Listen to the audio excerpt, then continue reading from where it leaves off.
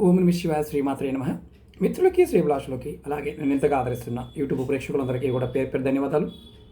మిత్రులారా, మీ అందరికీ పరాదేవత ఎలివిల్లా మీతో ఉండి మీ మనోవాంఛ నెరవేర్చాలని మనస్ఫూర్తిగా కోరుకుంటున్నాను.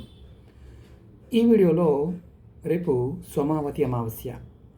చాలామందికి గురువుగారు మాకు సర్పదోషాలు ఉన్నాయి, రాహుకేతు దోషం ఉంది, మేము పెద్ద పెద్ద పూజలు చేసుకోలేకపోతున్నాము, ఖచ్చితంగా 100% ఫలితాన్ని వచ్చే ఏదన్నా తేలికైన ఖర్చు లేని పరిహారం ఉందని అడిగారు.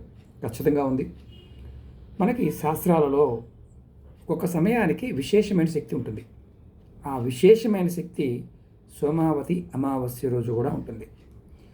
మనకి సోమవారం మధ్యాహ్నం నుంచి మంగళవారం ఉదయం వరకు అమావాస్య తిథి ఉంది.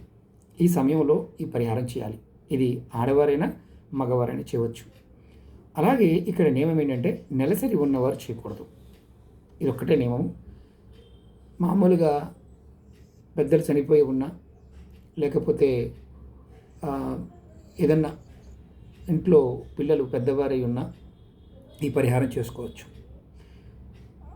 ఇంకొకటి ఏంటంటే ఇంకొక నియమం ఏంటంటే ఎవరైనా ఆడవారు అంటే పిల్లలు పుట్టిన తర్వాత మైలు ఉంటుంది, ఆ 21 రోజుల కార్యక్రమం అవ్వకపోతే వారు చేయకండి.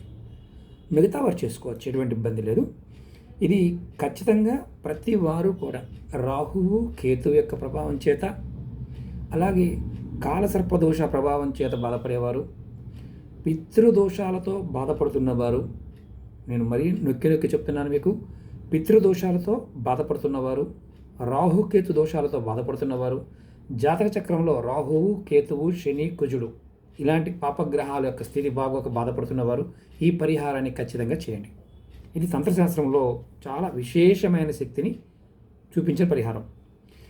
మీరు ఖచ్చితంగా సోమవారం అమావాస్య తిథి స్టార్ట్ అయిన దగ్గర నుండి సాయంత్రం 6 గంటల వరకు, అలాగే మంగళవారం ఉదయం 6 గంటల దగ్గర నుండి 8 గంటల వరకు ఈ పరిహారాన్ని చేయాలి.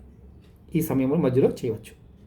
మీరు ఎవరైనా సరే దగ్గరలో ఎక్కడ దేవాలయం కానీ, చెరువు గట్టు కానీ, రోడ్డు పక్కన ఎక్కడైనా సరే రావి చెట్టు ఉంటే రావి చెట్టు దగ్గరికి వెళ్ళండి. రావి చెట్టు దగ్గరికి వెళ్ళి చెట్టుకి నీరు పోసి అక్కడ ఆవు నెయ్యితో కానీ, నువ్వుల నూనెతో కానీ మట్టి ప్రమిదలో దీపారాధన చేయండి. తర్వాత మీరు వీలైతే 108 సార్లు చెట్టుకు ప్రదక్షిణ చేయండి. 108 సార్లు.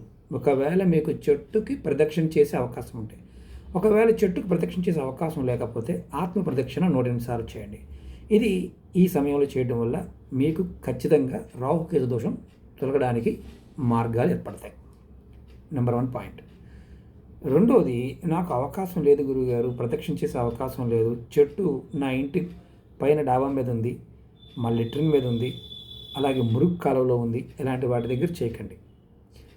మరి పెద్ద చెట్టు అందుబాటులో లేవు గురువు గారు అంటే ఒక పని చేయండి. నర్సరీకి వెళ్ళండి. నర్సరీకి వెళ్ళి ఒక చెట్టు కొనుక్కొచ్చుకోండి.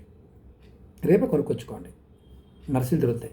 ఆ చెట్టుని మీరు ఇంటి దగ్గర అయినా పెట్టి, ఎక్కడైనా వరండాలో అయినా పెట్టి, లోపల పెట్టమాకండి, ఇంటి లోపల కాదు, బయట పోర్టుకోలో కానీ బాల్కనీలో పెట్టుకొని దీపారాధన చేసి చెట్టు చుట్టూ 108 ప్రదక్షిణ చేయండి. ఇక్కడ ఈ సమయానుకున్న శక్తి వల్ల మీ జాతకంలో ఏదైతే దోషం ఉందో, ఈ సర్పదోషాలు, కాలసర్పదోషాలు, రాహుకేతు దోషాలు ఇవి తొలగిపోతాయి అని శాస్త్రం చెప్తుంది. ఇది చీకటి పడిన తర్వాత 6 తర్వాత చేయకండి. ఉదయం 6 నుండి 8 గంటల వరకు మంగళవారం, సోమవారం నాడు మధ్యాహ్నం 2:30 దగ్గర నుండి 6 గంటల వరకు మాత్రమే చేయండి. ఇది ప్రయత్నపూర్వకంగా చేయండి. 100% ఫలితం ఉంటుంది. మీకు ఈ సర్పదోషాల గురించి చాలా వీడియోలు చెప్పాను. అందులో ఇది చాలా అత్యంత ప్రభావవంతమైన పరిహారం. డబ్బులు ఖర్చు అయ్యేదేం లేదు, మీరు ఊరికి వెళ్ళి చేసుకోవడమే. దీనికి నియమాలు నిబంధనలు అంటూ ఆహార నియమాలు కానీ ఇలాంటివి ఏమీ లేవు. కానీ మ్యాక్సిమం ఆ సమయంలో నాన్ వెజ్ తినకుండా ఉండే ప్రయత్నించండి. అందులో అమావాస్య తిథి కాబట్టి మీకు లక్ష్మీనారాయణ కృప కలగడంతో, అంటే అమ్మవారు శ్రీమన్నారాయణ కృపతో పాటు మీకు లక్ష్మీ యోగం కూడా కలుగుతుంది. ఏదైనా అడ్డంకులు ఉన్నా తొలగిపోతాయి. ప్రయత్నించండి, ఫలితాన్ని పొందండి. అలాగే మీకు ఈ వీడియో నచ్చినట్టు లైక్ చేయండి, ఛానల్ సబ్స్క్రైబ్ చేసుకోండి, 10 మంది మిత్రులకి ఈ వీడియోని షేర్ చేయండి. ఎందుకంటే సమయం తక్కువ ఉంది కాబట్టి మీరు ప్రయత్నపూర్వకంగా ఎవరికైనా షేర్ చేయండి. ఓం నమ శివాయ. శ్రీమాత్రే నమః.